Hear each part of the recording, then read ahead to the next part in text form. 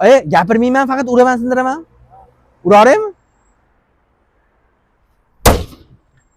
Mush bilan uraman degan, ko'rdingmi? Assalomu alaykum. Mashinani 100 ming 150 mingga oshtiraman, undan ko'ra ayni sindirib o'zim ochib beraman deydigan akalar uchun maxsus video foydali bo'ladi degan umiddamiz. Qancha rasxod ketadi, nima ovoragarchilik bo'ladi, shuni ko'rsatib o'tamiz. Gapirmayman, faqat uraman, sindiraman. Uraveraymi? Mush bilan uraman degan, ko'rdingmi? Onasini emsin. Bunday qilasizlar, bunday ochasizlar, ochildi eshik.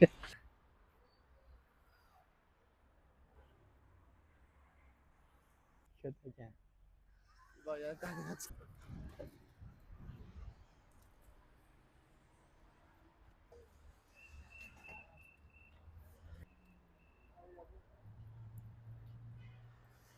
Oyna narxlari bilan tanishish uchun Avtoglassiya Muhammad akani oldiga chiqdik.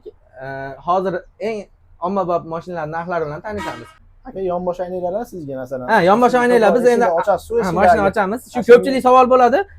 Sindirib yuborganim arzon tushmaydimi undan ko'ra degan. Shuning aka Nexia, Lacetti, Matiz hammasi o yonbosh aynalar, old eshiklar, orqa eshiklar 150 ming so'mdan bo'ladi. Agar qo'yib beramiz desanglar 50 ming so'm xizmatiga olinadi. Optim 150 mingdan beramiz aka. Cobalt Nexus ular ham. Cobalt Nexus hammasi standart aka, 150 ming so'mdan. 10x Trekkerlarchi? 10x Trekkerlarimiz ular 300 ming so'mdan, old eshiklari. Ularni ham qo'yib berishadi. Qo'yib berishadi 50 ming so'mdan xizmatiga olamiz agar qo'yib beradigan bo'lsak. Malibularchi? Malibular 500 ming. Malibu tepasida mashinalar o'zi ular sindirib yubormaydi. Ular sindirishni tanlamaydi. Ko'rdinglar nima holat bo'lganini? Salonlar polniy shishasini qo'yib ketdi. Undan tashqari eshik ichi ham shishasiniga to'ldi. 150 ming so'm ayni 50 ming so'mga ustanovka qilib beramiz dedi, lekin u xizmatga ayni shisha sinalarni tozalash kirmaydi. Aynalarda oralarida ba'zi eshik oralarida shisha sina qolib ketadi. Yurganda shiqirab ovoz chiqarib beradi. Onasini ham video olaman deb qo'lni qonatib oldim. Bu tozalaguncha vaqti qo'llar kesilib ketadi.